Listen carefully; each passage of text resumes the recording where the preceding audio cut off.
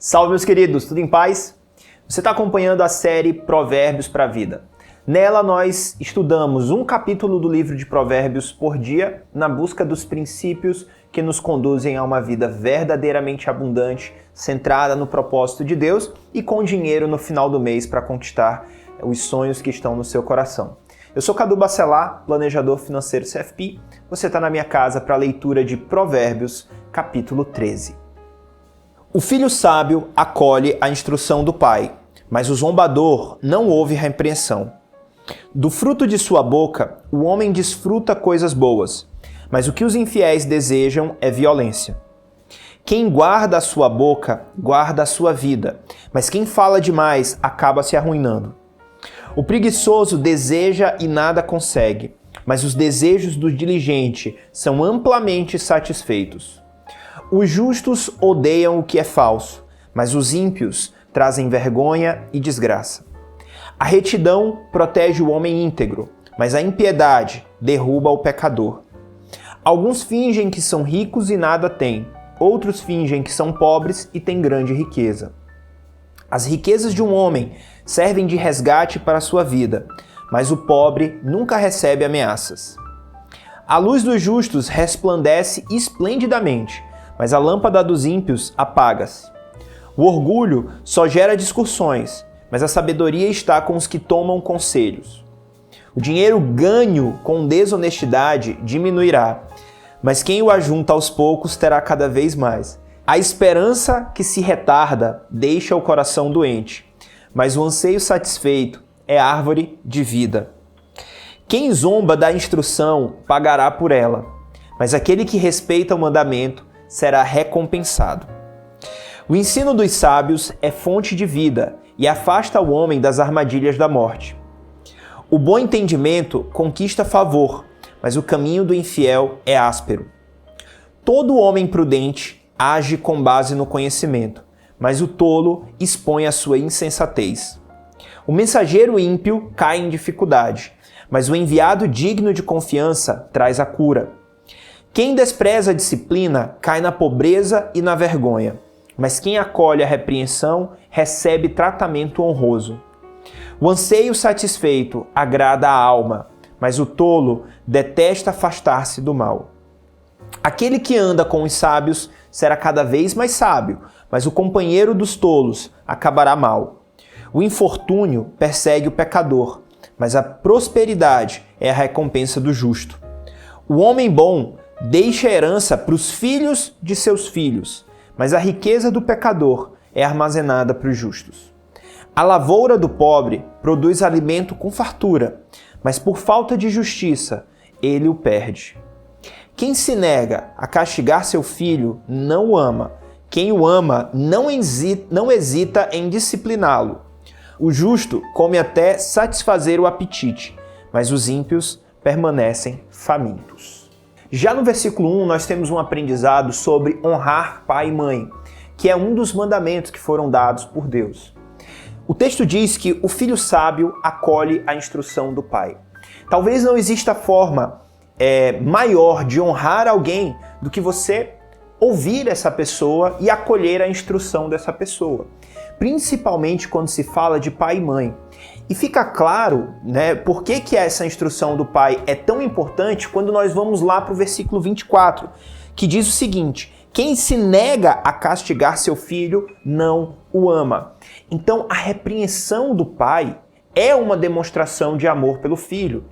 A instrução do pai é uma demonstração de amor pelo filho. Por isso que o filho sábio acolhe essa instrução. Porque a disciplina do pai não é simplesmente para machucar o filho, ou não deveria ser. A disciplina saudável é aquela que está preocupado em levar o filho para um crescimento saudável.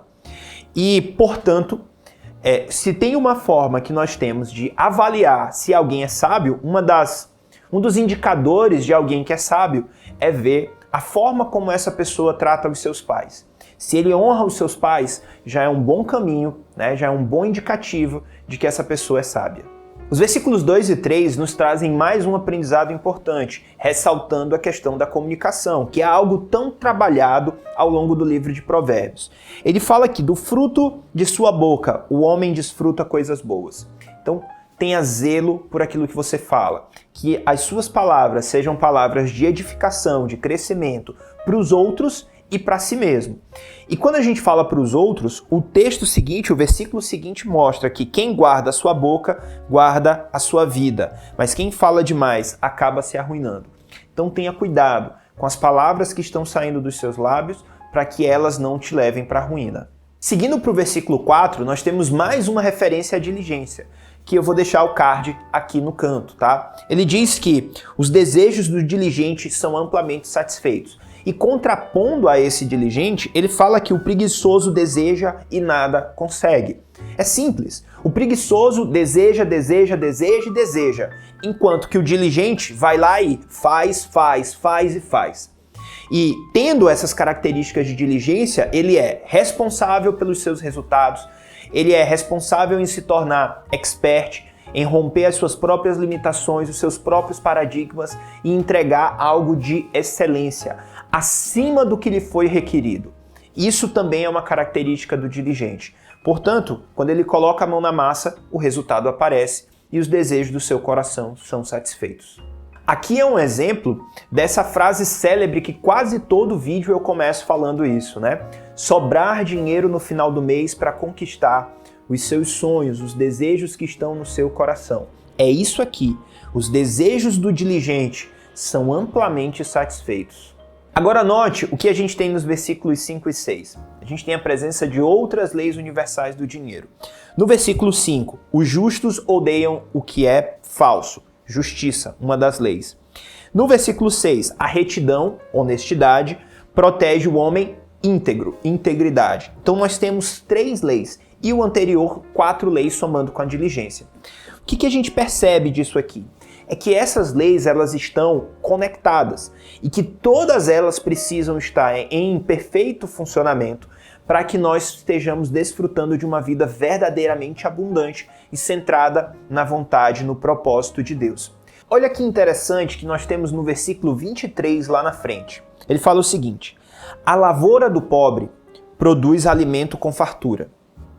Se a gente pensar em lavoura, produzir alimento com fartura, a leitura que eu tenho disso aqui é de alguém diligente.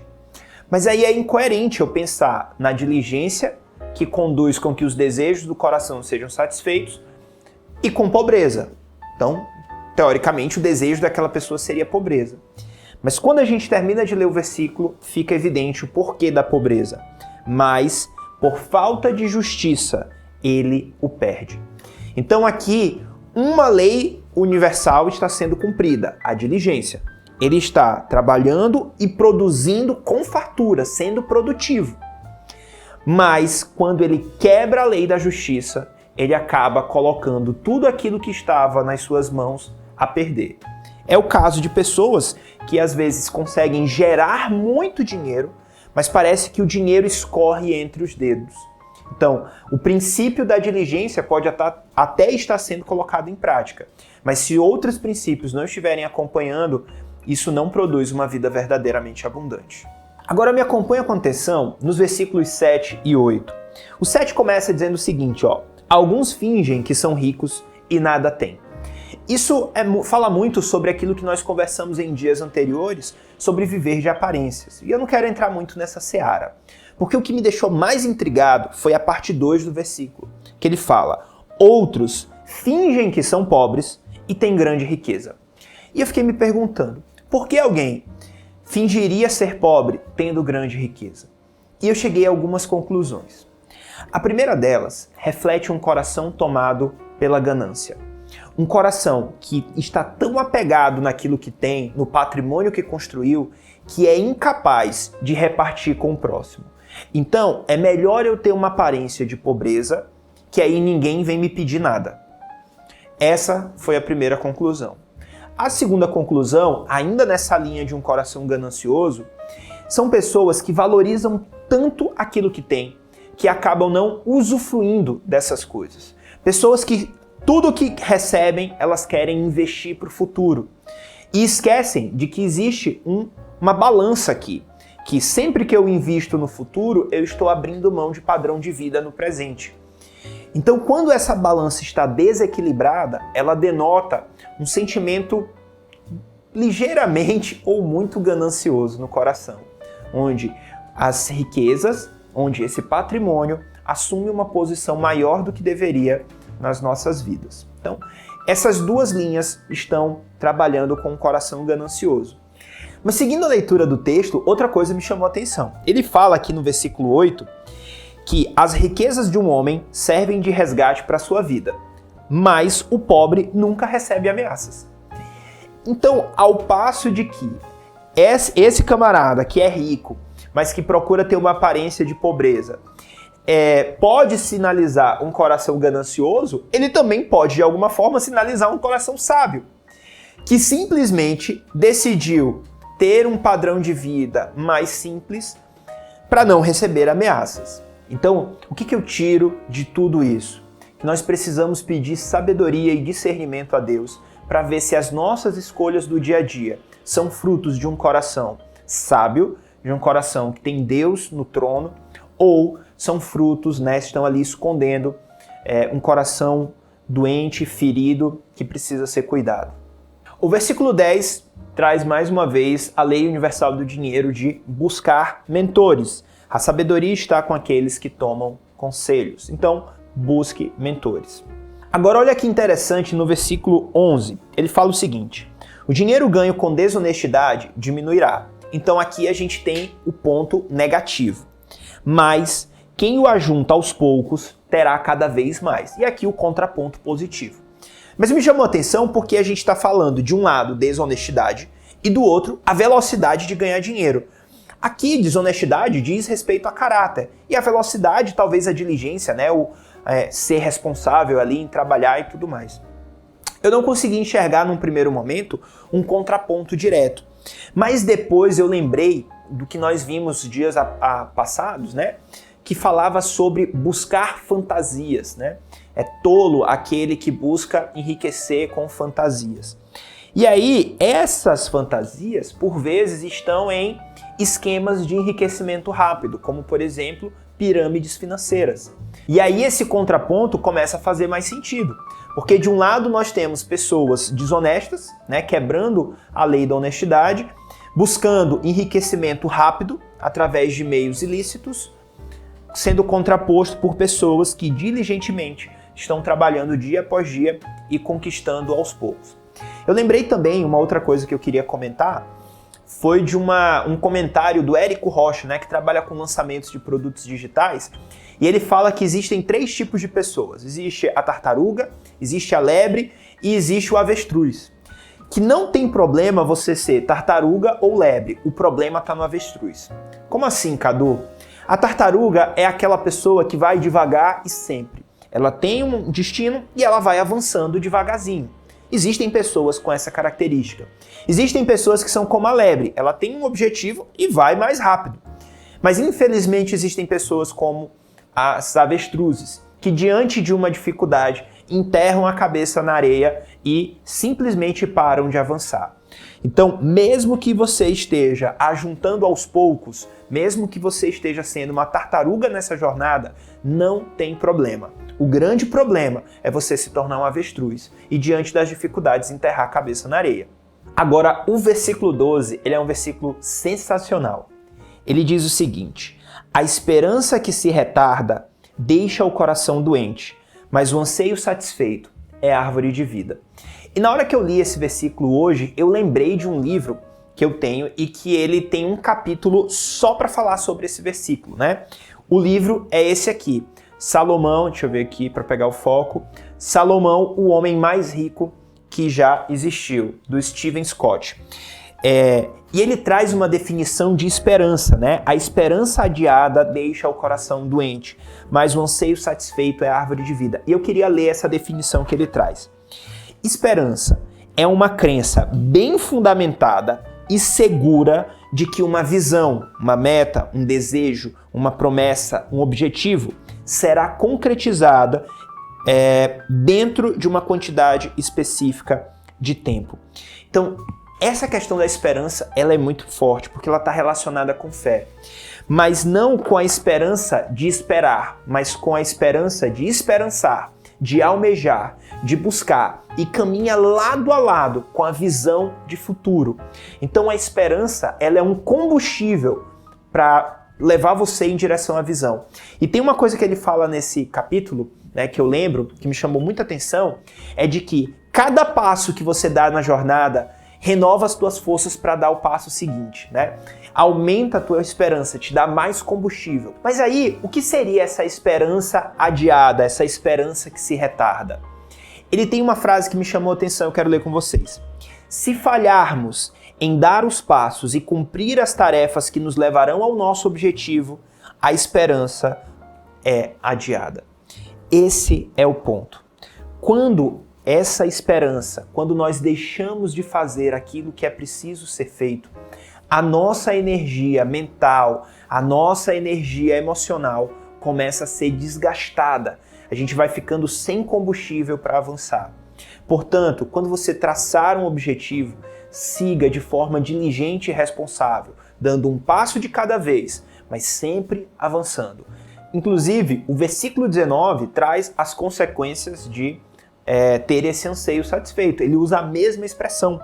O anseio satisfeito agrada a alma. Então, o versículo 12 diz que é árvore de vida, versículo 19, que essa árvore de vida agrada a alma. Os versículos 13 a 18, eles trazem vários contrapontos entre aquele que zomba da instrução versus aquele que respeita o mandamento, representando a pessoa sábia.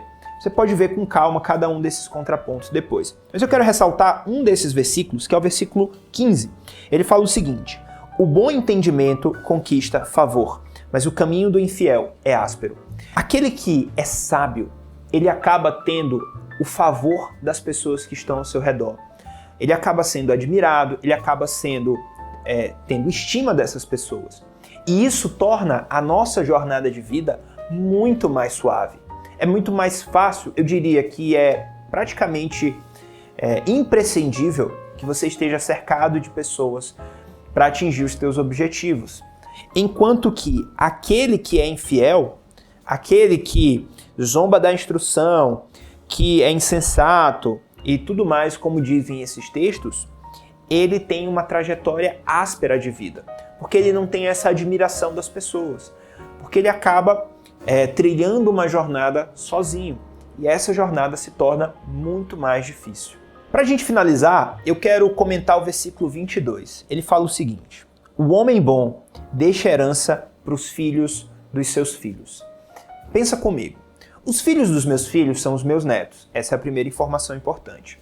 Então ele está falando que eu devo, sendo um homem bom, deixar heranças para os meus netos. Mas a lei, ela diz que a herança é deixada para os filhos. Mas vamos analisar com mais carinho. Em que momento um homem normal, numa situação normal de vida, deixa herança para os filhos, né? Deixa herança para as próximas gerações? Quando ele tem seus 70, 80 anos, vamos dizer assim, 90 anos, né? Esse é o momento que, em geral, nós temos ali de expectativa de vida. Quando nós temos 70, 80 anos, os nossos filhos, eles vão estar na casa dos 40 a 50 anos. Com 40, 50 anos, tudo que eles tinham para construir, as dificuldades do começo da jornada, já foram todas superadas. Com 40 a 50 anos, provavelmente já estão bem estabelecidos profissionalmente, já estão com uma família formada, provavelmente já estão com uma casa, uma vida estruturada. Quem é que aos nossos 70, 80 anos está no começo da vida? Está lá com seus 20 anos, 30 anos, 25 anos, começando ali numa fase de estudos, precisando de apoio para abrir um novo negócio, precisando de aporte financeiro para ajudar na estruturação da família, para não depender de empréstimos. Quem é que está nessa faixa de idade? São os nossos netos. Por isso, faz muito mais sentido pensar numa herança, em dar apoio financeiro para a geração que está no começo da vida se estruturando e, portanto, ainda não teve tempo hábil para construir patrimônio, do que para aqueles que já estão bem estabelecidos. Mas isso, óbvio, faz parte de uma estrutura familiar que esteja equilibrada. Por isso a referência que o homem bom deixa herança para os filhos dos seus filhos. Então esse homem construiu e está deixando não só uma herança, mas um legado para as próximas gerações.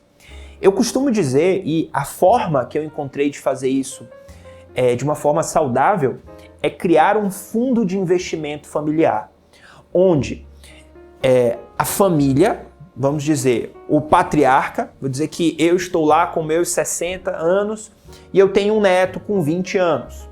E esse neto precisa de dinheiro, por exemplo, para pagar os estudos ou para comprar uma casa ou para abrir um novo negócio.